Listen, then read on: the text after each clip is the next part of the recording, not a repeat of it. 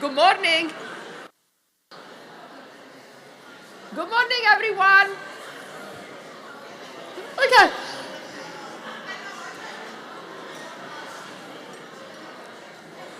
I'm delighted to see how much everybody is enjoying this party. Good morning, everyone, and welcome.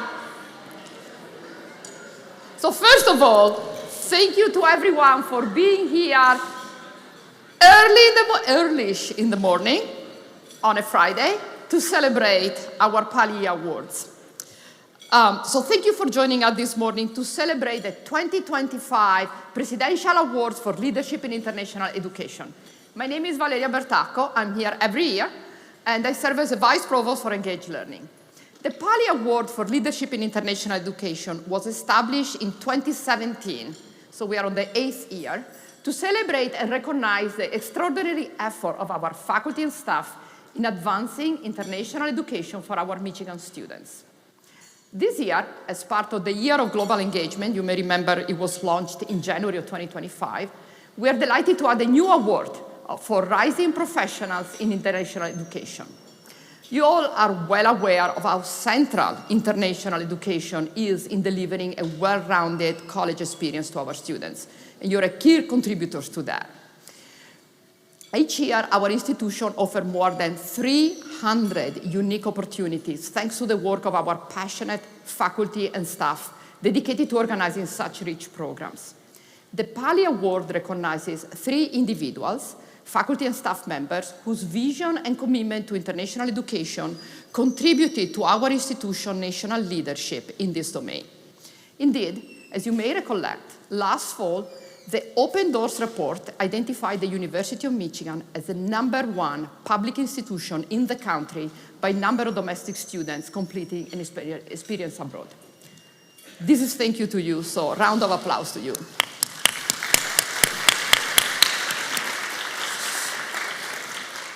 Our selection committee for the Pali Award worked hard to identify today's award recipients among a pool of 31 spectacular nominations. Indeed, I wish to take this opportunity to extend a heartfelt thank you to the members of the selection committee for their work in discussing and evaluating each nomination. A year ago, we gathered here in this room to honor the 2024 awardees. We, as a community, had just completed the first year of our ambitious 5-year global engagement strategic plan, aimed at increasing participation in and access to international experiences for our students. We were also preparing to launch the institution Year of Global Engagement, fueled by a desire to build opportunities for listening and learning across differences. We also sought to create and disseminate knowledge on key issues related to global engagement, to showcase the breadth and depth of the university commitment to global education across all our free campuses, and to generate opportunities for students to build confidence as engaged global citizens.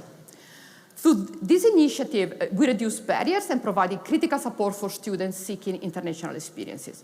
For example, we created several new activities. The Passport Day programs to support first-generation and Pell-eligible students in obtaining their first passport. We launched the first-gen Education Abroad Scholarship, made it financially possible for nearly 100 first-gen students to study abroad this past spring and summer. And then we launched the Go Blue, Go Abroad program to introduce and prepare first-year students to study abroad, providing workshop and education about the opportunities and a $1,000 scholarship to offset the cost of doing experience abroad. And then finally, we promoted and supported 16 new education abroad programs for our faculty to lead. These are just a few examples of a whole portfolio of initiatives which we are being able to launch thanks to the institution's support.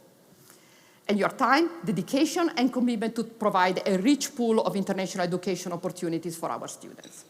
So I would like to personally thank and take the opportunity this morning to thank each one of you who has served on a selection committee, who spoke at our workshop for the students, who volunteered at the event and the Passport Day activities.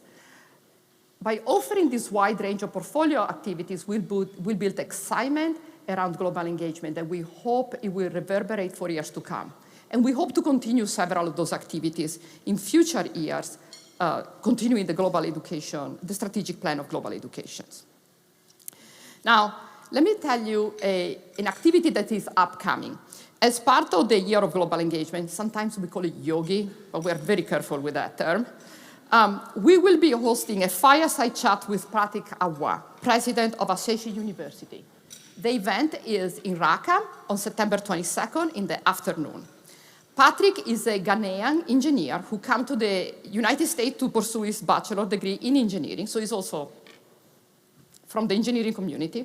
And then he pursued a career at Microsoft, and then he went back to Ghana and founded this new university called Ashesi University, who established new goals and mission to form leaders that are both dedicated to their country and they lead with ethics. Patrick is a MacArthur Award winner, along many other awards, an amazing visionary individual. And I know him personally, he's a fantastic person to discuss with. So please register for the event. There is a QR code there. I hope to see you all in Raqqa on September 22nd, 3 p.m. Food before the event, just in case. Okay, so the University of Michigan Global Engagement is multifaceted. We send students around the world to experience international education. Last year, we sent more than 5,000 students in different countries to participate in global engagements. And as I said, we were named the #1 public university by study abroad participation, #2 in the nation overall, but #1 was a private university, so that doesn't really count as much. We bring students and scholars from around the world to our campus. Last year, we had 8,800 international students who comprise 16% of our overall student body. We work side by side with partners around the world. We renewed just this past year 80 international agreements to facilitate scientific cooperation and academic exchange. We have currently 269 active international agreements. And last year, in 2024, our faculty participated in 1,100 research projects with at least one collaborator affiliated with an international institution. 37% of our publication last year by U of M researcher had at least one co-author from an international institution. So later in today's program, we are going to discuss how we can protect this big, powerful international engagement our institution has, and how can we maybe even deepen and increase such level of engagement in light of turbulent times in the United States. Turbulent is a nice word. When international education and higher education more generally may feel under attack. Over the past several months, many people, alumni, faculty, administrators from U of M and beyond have remarked to me how this is the time to hold the line. This is a time where we don't retreat, but we do whatever we can to keep all the engagement we have, hoping for a next administration who would actually re-emphasize and put more focus on international engagement. So this is a specifically important time not to close partnership, not to stop engagement, not to slow down. For now, I want to recognize the extraordinary effort for our awardees and our entire international education community, and many of you are here. Thank you again so much for coming. Without further ado, let me welcome President Domenico Grasso, a great supporter of international education. Give me a second, I have to. Who himself was a member of a World Bank-funded international team of scholars that established the first environmental engineering program in Argentina. We're delighted to welcome him for his first PALI event, I hope one of many, to recognize our awardees and celebrate with us in this amazing event. Thank you so much. Welcome, Domenico.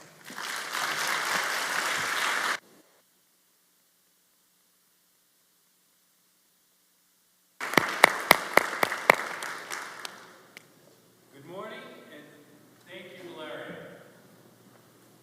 You make international education at the University of Michigan an integral part of our experience for students and faculty. Engaging at the global level is a cornerstone of the Michigan experience. Interacting with other cultures and nations builds intellectual capacity and empathy. I know this from firsthand experience. As both a faculty member and as an Army officer, I traveled across the world. That included visiting places like Peru, Argentina, Panama, China, South Korea, Germany, Austria, the Netherlands, and many, many more. I was always surprised and enriched by the cultures. There is no better way to learn about the world and learn about oneself. I'm certain many of you have had similar enlightening experiences. I want the world to look to Michigan for diverse ways to build meaningful partnerships and relationships that better connect our communities. We are devoting this academic year to a celebration and examination of life-changing education. This includes learning about different cultures, speaking a new language, connecting with scholars on other continents, and developing an appreciation for our similarities and our differences. I applaud the work of this year's award-winning recipients and their exemplary representation of our commitment to international education. It is my honor to tell you a little about each of them. We will begin with Professor Cheryl Moyer, who we are recognizing with the Distinguished Service Award. Cheryl has been with the university for nearly 3 decades. In the medical school, she is a professor of learning health sciences and of obstetrics and gynecology. In the School of Public Health, she is professor of health management and policy. In everything she does, she is a champion of mentoring Michigan students on international health projects. That includes deep involvement with the medical school's Global Reach program, which sees medical faculty and students in collaborations throughout the world. She wears many hats. She is a mentor, a principal investigator on numerous grants, and an inspiration to anyone who believes in the impact Michigan can make globally. Cheryl, would you please join me as we recognize your contributions?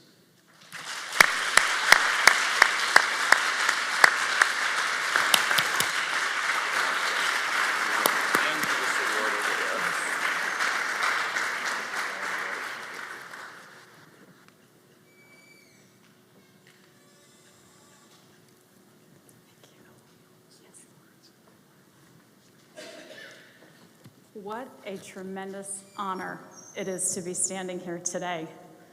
To President Grasso, to Vice Provost Bertacco, to all those of you on the selection committee, and to my wonderful nominators, thank you. I've sat in the audience at ceremonies like this, and I've always looked up at the awardees and thought, wow, they really always have had it together. So I wanted to share a little bit of my journey in the name of keeping it real. So flashback a little while, and I was in my 30s. I had never been to Africa. I had 2 small children, a husband who worked all the time. I was working as managing director of Global Reach at the medical school, and oh yes, starting a PhD program at the School of Public Health. So suffice it to say, I was holding it together by a razor-thin thread. At the time, Tim Johnson, who many of you knew and loved and who we lost in May, who was sort of an icon in global health, was my boss. He was the interim director of Global Reach. And he was trying to put together this high-level meeting in Ghana that included chancellors and provosts and, oh yeah, the Minister of Health. And he couldn't go. He asked me to go. Have I mentioned I had never been to Africa? So as it got closer, I confess I got more and more anxious, I guess you'd say. And I started thinking, well, what if something really bad happens? I mean, I had all those stereotypes in my head about Africa, military coups and all kinds of badness. What if I got really sick? I had just been to the travel clinic, and they can scare you half to death with all the things you're gonna die from, right? What if I did or said something really stupid and I ruined our chances because I didn't know the culture? But more importantly, what if I let Tim down after he had gone out on a limb for me? So for those of you who knew Tim, he had this way of making the impossible seem possible and the absolutely terrifying seem ordinary, like just another day. And a few days before we left for that trip, I remember him looking at me and he kind of cocked his head and he was like, don't worry, it'll be great. And you know what? It was. Like, that trip fundamentally changed who I am today. That trip exposed me to people who've become lifelong friends. It changed the course of my research, it changed the course of my dissertation, and the experience of going anyway and of being afraid and doing it and knowing that Tim had my back is something I carry with me every day when I work with students. I was in my 30s and I was a little wigged, and we're working with students who are 18, 19, 20 years old. So that experience, I think, really shaped who I am and how I approach work with students. So I think of Tim often, as well as the many other amazing mentors I've had at the University of Michigan. Joe Kolars, who's here today, Jody Laurie in the School of Nursing, Paula Lance in the School of Public Policy, and so many others. And I try hard to live up to the bar that they set, as well as to pay it forward for those coming after us. I do feel like it is a privilege to be able to work with so many young people. They are going to be the ones who change the world for the better. They are going to be the ones who continue to champion for global engagement and for equitable partnerships long after we are gone. So let me just finish with a couple of specific thank yous to my husband and my family. This award is yours as well. I could not have done this without you. I also feel like I should thank all the babysitters at Sigma Kappa who helped me while we travel. Thank you. To the students I worked with, you inspire me. It has been a privilege to be part of your journey. And finally, to this great university, I am so grateful to be somewhere that truly values global engagement and global education. So with that, I will say thank you and go blue.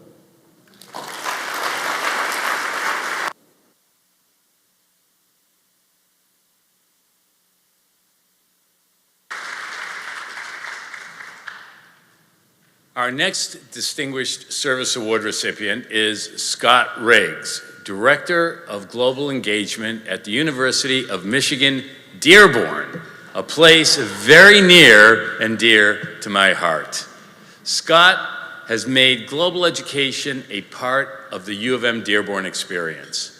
This can be a challenge when your students are commuters and often work in addition to pursuing a college degree.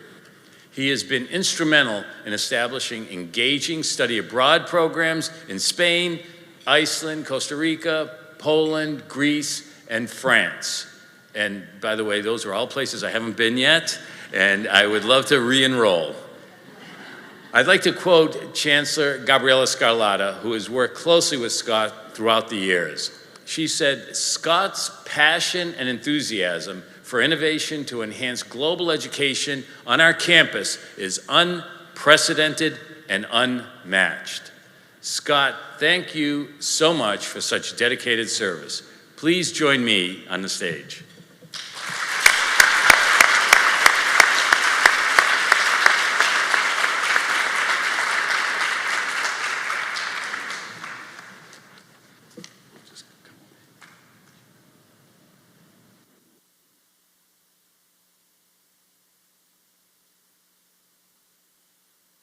Okay, thank you. I am very honored and humbled to have been nominated and selected for this award, so thank you to all involved, and thanks especially to my wife and kids for your love, patience, and support when I need it the most. Thank you. And I'll share a little bit about my journey that led to this point. I was provided access to international experiences from a very young age, and the accompanying gift of cultural dissonance and the resulting struggle that comes with attempting to understand otherness has been the greatest impetus for growth throughout my life. I know that many of us in this room have experienced that transformative power of wrestling with values and beliefs that conflict with what we previously embraced. And I hope we are all the better for it. As such, I decided to double down on learning about other cultures. I got a degree in applied linguistics and then went on to get a master's degree in teaching English to speakers of other languages, and I have never regretted a single moment of that trajectory. Presently, as Valeria noted, We are confronted with a world where the benefits of crossing cultural divides are questioned and attacked daily. We too often seemed destined for fear of what we don't know, what we don't understand, or have meaningful exposure to, other religions, other values, other cultures. For those of us doing the work of global engagement, we are uniquely positioned to face the fear of otherness head on. We have the tools and expertise to share other ways of living, being, and knowing, and we can do so with compassion and intellectual empathy. Sometimes I wonder if the fight is worth it and if there is any chance of making progress when facing entrenched beliefs. When I feel this way, I think back on my life and I think of who I was and who I am today. I think about the key role that global learning played in my development as a person. In closing, I want to acknowledge the many privileges I have had that unfortunately are not equally available to all due to persistent and systemic inequities. As the world finds itself in need of leaders and citizens who will challenge the present and enrich the future, the need grows daily to develop critical global citizens who can empathetically address complex issues. Critical global citizens are the ones who will collaboratively build communities where all can belong and all can flourish. This, to me, is the heart and soul of global learning and why I am so proud to be a part of this great group of global educators. So, thank you.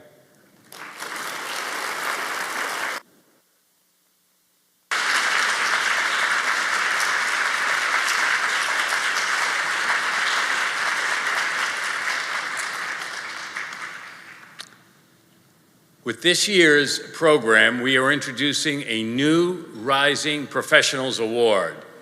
Our inaugural recipient is Lorenzo Garcia Amaya, Associate Professor of Spanish and Linguistics and Associate Chair of the Department of Romance Languages and Literature in LS&A.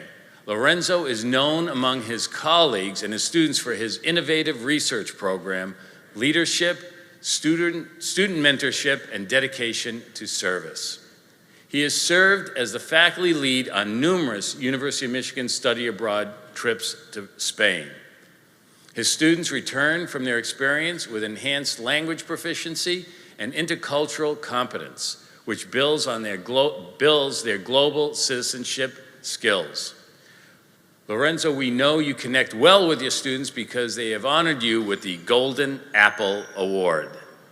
You have made a significant impact on their lives, and we look forward to your future contributions. Would you please join me on stage?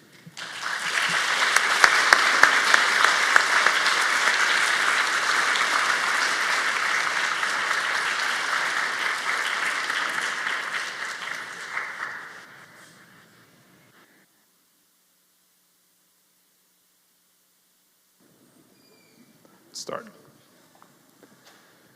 Good morning, everyone, and thank you.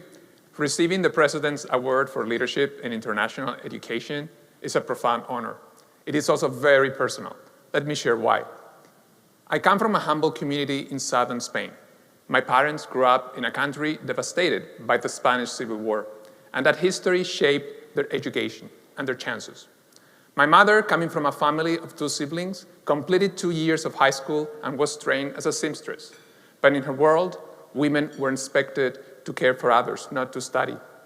My father came from a family of 9 siblings. He attended school for only a few months. By age 6, he was herding goats and sheep with one of his brothers, moving the animals from town to town for a small stipend. One day, my father and his brother were returning home from working on a farm. Suddenly, a car pulled up, 3 men jumped out and tried to kidnap them. A group of officers on the scene came to rescue my father and his brother. They ordered the men to release the 2 brothers, and they were set free. Stories of missing children were not uncommon in the Spain of the 1950s, and certainly others weren't so fortunate. We now know that many families lost their children in a variety of circumstances and never saw them again. That memory stays with me. I have heard this story countless times since I was a little child, from both my dad and my uncle. It speaks to the trauma they carried, and perhaps while retelling the moment of release, help them find a measure of calm. I often think, if those officers had not decided to act, I might not be here today. Here's the lesson I draw from it. We have all heard that a lack of education breeds ignorance. More importantly, it breeds vulnerability. In a different reality, my father and his brother would have been in school and safely home by the end of the day. That is why this work matters to me, because I have seen up close what a lack of education can do to a life. For that reason, I've devoted my own life to educating myself and to educating others. And I use the stories to awaken my students' curiosity. Imagine now that you're a student in one of my classes abroad, and I tell you my father's story. Imagine your host parent is my parents' age, as is often the case in our programs. And as a curious student, wouldn't you want to know more? Who were those men? Why were children being kidnapped? Why did authorities allow it? What happened to other children? Now imagine asking those questions in Spanish, in Spain, of people who lived through that era. Language becomes personal. Listening becomes urgent. That is why I try to inspire when students go abroad to use their curiosity as a pathway to deeper fluency and understanding. That conviction also comes from my own path. Personally, as a first-generation college student, I have been fortunate to benefit from international education. As I worked on these remarks, after studying and working at 7 universities in 4 countries, I may actually have overdone it. But each place stretched me as a person, as a mentor, researcher, as an administrator. Across 15 programs I have taught and led, I have watched how place changes what students hear, what they say, and who they become. Place, in about itself, is a teacher. Professionally, that belief guides my research. I'm a linguist specializing in second language acquisition and bilingualism. My first research question was whether study abroad accelerates acquisition. In principle, it should, because there are endless opportunities to interact with speakers who have mastered the language over a lifetime. So what have we found? Yes, learners can become more fluent, but the size of the gains hinges on 2 key factors: how much language they actually use and their psychological preparedness for using a second language in an immersive context. This data represents both a result and an opportunity. How do we build supports that keep the second language alive earlier and longer? I believe the answer begins before departure. I am currently proposing a pre-departure class that stages the first week in virtual reality, so students practice it for real before they go abroad. Beginning with day 1 essentials, introductions and small talk, asking for directions or transit passes, and conducting daily purchases so that they land already warmed up, confident, and ready to go. The immediate payoff would happen abroad with a smoother and more confident start. And over time, those experiences will flow back into our classrooms. Recently, I crossed the border with my parents for the first time in their lives on a trip to Portugal. We took a family photo we never could have taken before. People of limited means from my parents' generation do not travel much abroad. Though I have invited them to visit the US many times before, they always hesitated. Possibly their limited schooling and their life experiences have made them apprehensive about leaving Spain. And when we think of it, travel asks us to tolerate uncertainty and a loss of control. Education and the ability to operate in more than one language restores agency. It gives us tools to navigate what we cannot predict, to deal with the unknown. That is the empowerment I want for our students. I love seeing students who get their first passport, go abroad, and then begin exploring not only their host city, but nearby towns, and soon enough, other countries. It's hard to think of many more empowering actions we can do for our students. Which brings me to my closing thought. That picture with my parents does not erase what came before, it reframes it. Education changed what could be in that frame. Who could stand there and how? International education does this every day. It widens the frame for our students and for the communities that welcome them. Let us commit to that work. Let us keep widening it by preparing well, opening doors, and choosing to listen. If one moment of courage once altered my family's future, imagine what thousands of acts of understanding can do for our students. This is why I teach, why I research, and why I am committed to international education. Because every time a student crosses a border on a map or in the mind, we advance Michigan's mission. Thank you to my family, to my colleagues and staff, to our partners abroad, and to our students who make this work matter. Thank you.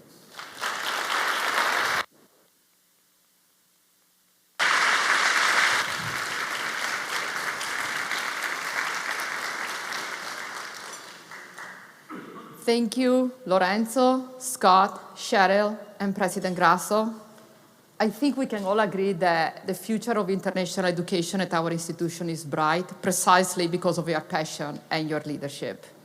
Thank you so much for this. So now we're going to transition to our panel. I would like to welcome you to the stage, and I will join you in a quick second. Feel free.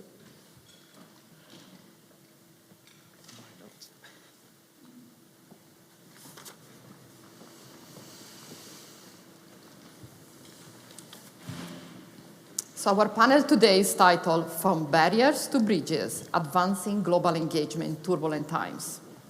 I have to say, the first year I hosted this event, it was the first year after we came back from the pandemic, and we had a discussion about how beautiful it was to be back in person together and how we were ready to restart all the international engagements.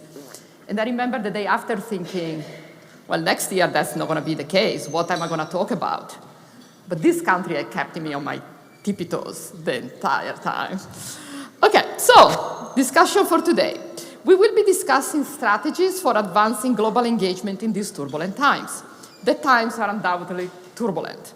We live in a complicated political climate where international engagement can be challenged by rising nationalism, visa suspensions, visa revocation, visa resumptions, I cannot keep up, recent funding cuts, and geopolitical tensions. It is more important than ever for universities to articulate their global commitment and find creative ways to continue to support faculty, staff, and students' engagement with partners around the world.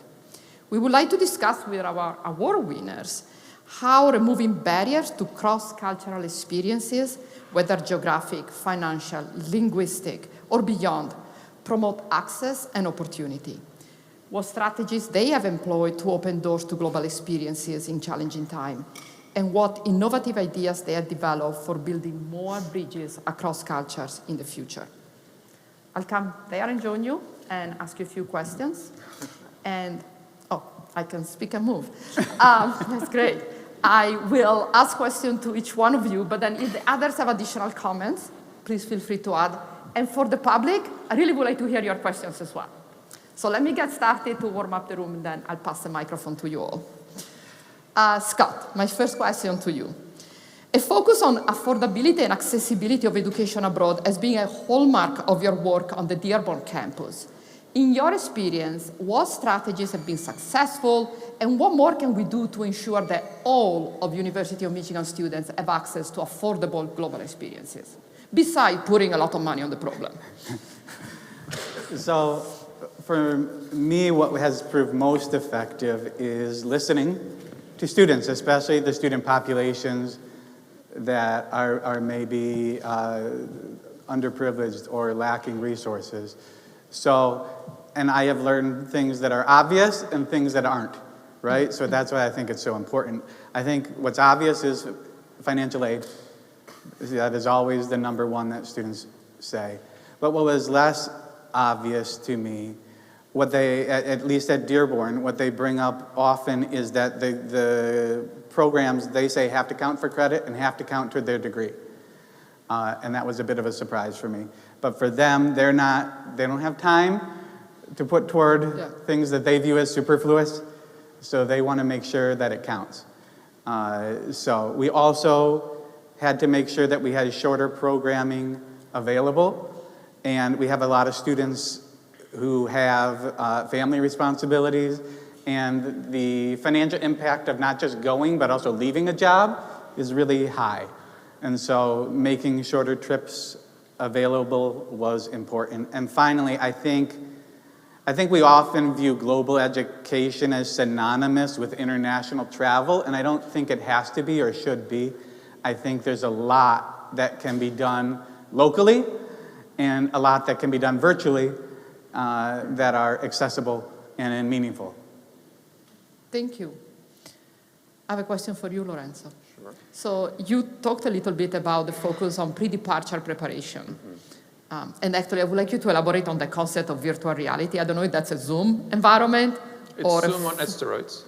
Okay. So what type of preparation do you think is most effective, independent of the reason why people are going abroad? Mm-hmm. How do you teach them to navigate cultural differences, which is beyond being able to buy your bus ticket, right? It's understanding why people behave in certain ways when it's different from yours. And what specific outcomes do you prioritize when you prepare them before their departure? Mm-hmm. So first of all, at the University of Michigan, we already do great work preparing students before they go abroad. We have all sorts of orientations. I'm looking at my CGS colleagues, and we even have orientations on Sundays. So we do a lot. But it is true that we could perhaps do more, right? A few thoughts is, for example, pre-departure virtual exchanges. When our students, outgoing students, have the opportunity to meet future host parents, also future professors, and even peers, members of the organizations that are already in the country where they're gonna visit. We could have also task-based cultural assignments. For example, we could give students concrete tasks so that they fulfill different experiences when they actually are abroad. I'm just gonna give you an example from my experience in Granada 2 years ago. I had students that, although I had told them many times about the Alhambra, one of my favorite buildings in the world, and it was like, they had like 2 weeks left of the program. This is a 4th-month program, it's pretty long, and they have not visited yet. There was a lot of variation. Some students were taking architecture courses, right, to learn more about the Alhambra. But at the same time, some students had not visited. So imagine that, for example, we have given the opportunity to those students to actually see more about the Alhambra before they went to Granada, right? Perhaps that would have spiked a little bit of interest on their behalf. We don't have to do augmented reality, but just a documentary or something. Create the curiosity. Yeah, and one thing that I like is pairing also outgoing students with returnees, people that have had the experience, so they have an opportunity to talk to students. And sometimes in our orientations, we have 1, 2, 3 students that tell us for 10 minutes what it was. But if we could pair them, right, maybe even pay them a little bit so that they could accompany the students for a few weeks before they go abroad, they could tell them a lot because every student has a different experience when they go abroad. And all of this could be perhaps encompassed in a 1 credit class, in a mini course, where perhaps we could incorporate short videos about different aspects related to this experience that they're gonna have, the international experience that they're gonna have, and then, give them the opportunity to either journal about it or also think about it in groups, right? And the students would get to know each other, and maybe even if they're not going to the same program, they get a chance to share the preparation experience. So those are some thoughts of things that we could do to help our students. You asked me about the virtual reality. That is more for programs that are designed to actually learn a second language. So okay. I'm in beginning stages, but imagine, for example, that you have to do X number of tasks during the first week or 2 weeks abroad. If we give you the opportunity to feel like you're doing this, but actually you don't get to see yourself, you have an avatar. We know, it's reported in the literature, students feel more confident because they're not as exposed. So if you're a bit shy, you're in the metaverse, and it's just your voice, right? You can also mask. Perhaps we would give our students an opportunity to try different things and feel more comfortable once they are abroad using a second language. So some thoughts, but yeah, excited about the next chapter. Thank you. Thank you. That's very interesting. Very good idea. I'm going to jot them down. Cheryl, we're going to talk about research funding for global health. So research funding for global health is driving innovation that can combat infectious diseases, improve maternal health and child health, and strengthen health systems worldwide. However, we're experiencing a lot of funding cuts in the recent month, I would say, that can stall progress, limit collaboration, and impact especially low and middle income countries. What can a university do to counter and continue the support with global partners and continue to support our students' international experience in the space of global health? That is such a great question.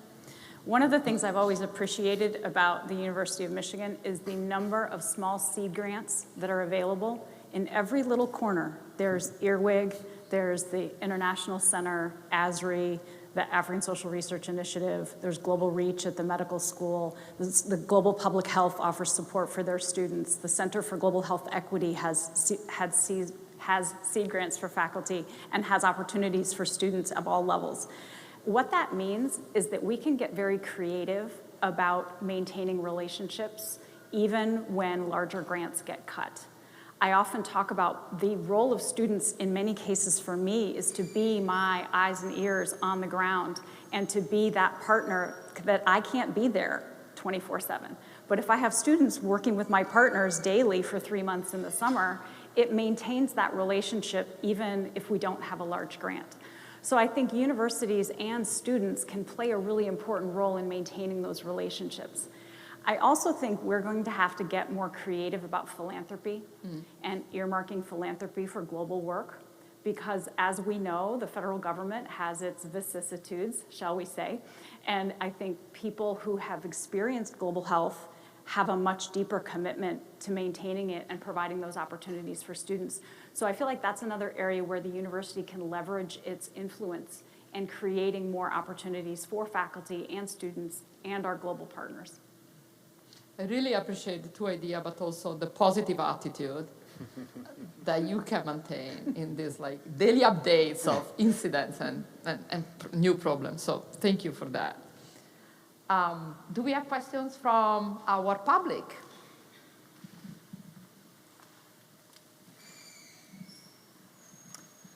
I can ask one more question, but please be prepared. Okay, Scott. Oh, we have a question. Yes, go ahead. Patrick. Thank you, panelists and awardees, for your knowledge and sharing with us. And each of you in your remarks kind of mentioned students needing some kind of psychological support, which Cheryl, you mentioned being 30 and having that fear of going to an unknown place. And Scott, you talked directly about the unknown. And of course, Lorenzo, thinking about the language, but also the psychological preparation. So I'm just wondering, where do you think needs to be done to really find out what students need to be properly prepared? And what are some practical tips that you really employ to ensure they have the support and courage to go abroad? And what can the university do better to support you in that effort? Thank you. That's a great question. I'll start with a brief answer. I think for me, students are so different. There are some who are extraordinarily comfortable and are world-traveled and are really feeling fine. There are others who've never left the state of Michigan and need a lot more support. So when I think about mentorship, it's about finding out where students are and trying to meet them there, as opposed to just skipping right to the tasks and the project at hand. So for me, pretty much all of my meetings start with, how's your head? And then if they're in country, and how's your tummy? Because those two things are very important. Because truthfully, if we don't ask those questions, students don't always feel comfortable. And if their tummy's not well and their head's not well, they're not going to be able to do whatever research project it is that we're working on. So I feel like it's incumbent upon each of us as mentors to remember that these are all individuals. And while, yeah, it's nice to think that we could have some more global programming, I do feel like it kind of boils down to that one-on-one connection, because no one really knows what they're going to feel like in the moment, and that can change so much. that it's incumbent upon me to always be asking that question. That isn't the first time in country question. That's an every week when we meet question, and on WhatsApps on the weekends in between. So that would be how I would respond. One of the things that I think is really useful for us to do is to actually go and visit students in their classrooms and let them know that international education is actually a possibility. So this is something that I'm very proud of my department, something that we do, that we visit students. A lot of our students, because Spanish is still taught in Michigan, they don't need to complete the elementary language program, the language requirements. So they start in our bridge course, a bridge course that we have between the elementary language program and the upper level. So when instructors like myself, we go and visit the students and we let them know, not just about our courses and our research, but we also let them know that study abroad is a possibility, that you can actually spend time in another country. For some students, this is the very first time in their lives that they hear, oh, actually, it can be me. So just breaking it down little by little. Sometimes some people, so in my department, do presentations at the upper level. And this is the second time that the students hear, hey, I may actually be able to go abroad. And then they start having conversations with people that just came from a program. That makes this a possibility. So the psychological preparedness is obviously going to change depending on many factors. Some people have traveled a lot, some people have never done it before. But if we just let them know that the possibility is there and the funding is there, this is another very important aspect, right? This is the big worry. They always ask me at the end, when everyone is sort of gone at the end of the presentation or at the end of the class, and how much does this cost? Can I afford it? That makes a huge difference, right? So if you tell them there's some programs that, may be expensive, but Michigan can offer so much help for you. This is a possibility. You can go. If I went, you can as well. That is something that we're already doing, and we could even do more, but I think it's really, really helpful. I think for me, it's all about establishing trust ahead of time and, talking about the preliminary parts of the trip and the regular check-ins. I think this has been the most helpful thing for me, is having these times to get to know each other ahead of time, develop some sense of trust so that if something does come up, students feel comfortable talking with you. When we spent time in Poland, I called them literally mental health check-ins once a week and just made it explicit. Like, that's what we're going to talk about. How are we at? Where are things going? And you learn a lot. It's shocking to me what students are willing to share. And sometimes really helpful information comes out. I think also it's in the preparation, making sure students understand what they're getting into.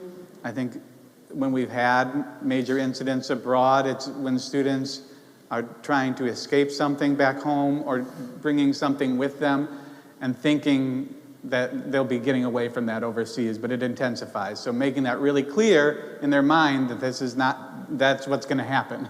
Things will get more intense overseas. So just so students know what they're getting into. Thank you. I have another question for you, Scott. Yeah. So you mentioned a little bit virtual experiences, and I think as a field there was a boost in virtual experiences that started during the pandemic. And clearly Dearborn really embraced the effort and explored more than other places about that. What do you think as a field we should do to harness technology to increase access to global learning through any type of virtual activity? That's really a question for you as well. But let's hear from Scott first. Yeah, so I'm a huge promoter of virtual exchange. By virtual exchange, we're talking about sustained interaction, not like a guest lectureship kind of thing, but sustained peer-to-peer interaction, faculty-led, where they're working together, often on projects, things of that nature. So that is what I'm referencing, in crossing these cultural borders. I think it is super important because, A, of the accessibility. We can do that everywhere. And for my students, I don't have to do it as extracurricular. I can embed it right into the class that they're already doing. Let's say they work together. So we had a group from Dearborn working with a group in Guadalajara, and they were, collecting their trash for the week and comparing and contrasting. This was for an environmental sustainability course. there's ways that they can be interacting meaningfully. I think also what's, it's low cost, but it's also low cost for our partners. A lot of our partner institutions can't afford to send their students here. And so it's not just accessible for our students, but it's accessible for theirs. And I think that's important. And also the timing can be flexible because you can do asynchronous and you can have students meet with their partner at whatever time works for them.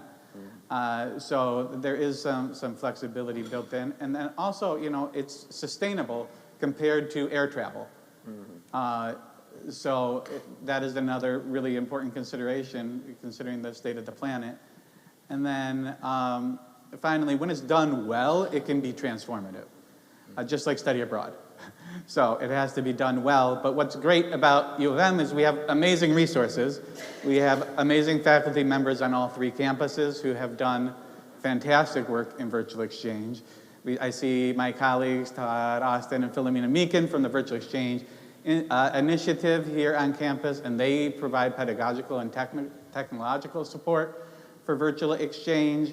We have faculty members who have written books. Kelly Murdoch-Kitt in Stamps wrote an amazing book. We have a learning community. So there's resources out there. If you want to do a quality job, let us know, and we'll connect you with those resources. So. Yeah, thank you. I think, well, at least we would like to have them public available for faculty who want to explore that. Actually, Lorenzo, I have a question that is kind of related, right? You explore some solutions that have a short-term experience abroad. And it's a lot harder when you're in a country for a short term to get to know people, to understand the culture. So how do we pursue this type of experiences, which are, of course, lower cost, easier to accommodate as part of a class, but maintain the value of the real experience abroad? Like, we don't really want students to be just tourists, right? Go visit the Alhambra, come home. They have to learn from the experience. How do you ensure that? So the answer in part is in your question, right? So short doesn't have to mean shallow. Okay. And what we need to make is those experiences more engaging. One of the things that comes to mind is service learning projects, for example, or internships. Any opportunity, students may take classes in the morning, but then work for organizations, whether they're for profit or not. There's a variety of opportunities. Working at a hospital, for example, that's going to give them opportunities to access to authentic interactions, getting to know locals, actually feeling that they're making a difference for the community. And I think those are excellent opportunities. In fact, our students at Michigan are already doing it, right? So I think it's more frequent in longer programs than in shorter ones. But there are already a number of opportunities available in programs throughout Michigan. Our students are already engaging in it. I like the idea, something that I benefited from more than 20 years ago, which was having a conversational partner. Someone that was a student from another university. I met people from Ohio, Massachusetts, Florida, and they make the concept of even coming to study to the United States a reality in my mind. I never thought about it. I thought about maybe I would go and study at another European country for a semester or a year, but coming to the US, it was so far, psychologically speaking, right? But the fact that they were there and that we would get together like once or twice a week we would do always, we'd have like a clock. It's like 30 minutes we do Spanish, 30 minutes we do English, and we practice, right? Cool. So having someone like that is also something that I think would benefit a lot. And I have tried many, many times. I think that in the 15 programs that I've done, I have tried to convince the local partners to hire their own students so that they can help our own students, right, from Michigan. And they normally, sometimes they listen to me, but they get one person, right? And that is like a tourist guide. But I'm talking about something different. I always tell them, I was like, no, I want you to get one partner per student, right? And ideally, you will pair them according to their interests, so they can have conversations, they can become friends, they have things in common, right?